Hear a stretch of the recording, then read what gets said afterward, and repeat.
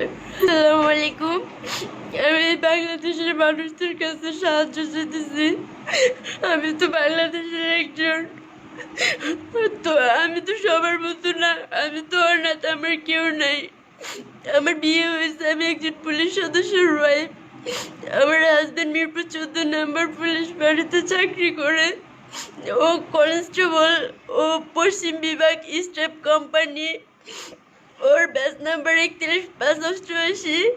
মোহাম্মদ সোহেল রানা আমার হাজব্যান্ড। আমাদের 2019 সালে বিয়ে হয়।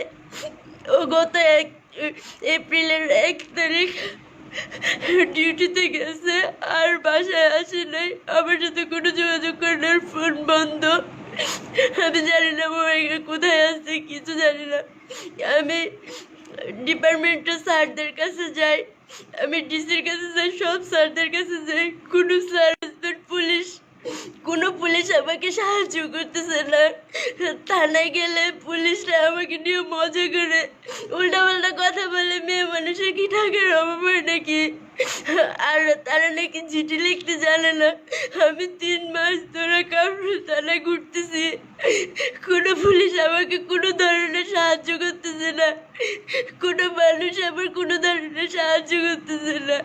এই দেশে কি একজনও সৎ পুলিশ অফিসার নাই? একজন মানুষ কি সৎ নাই যে আমার সাহায্য করবে?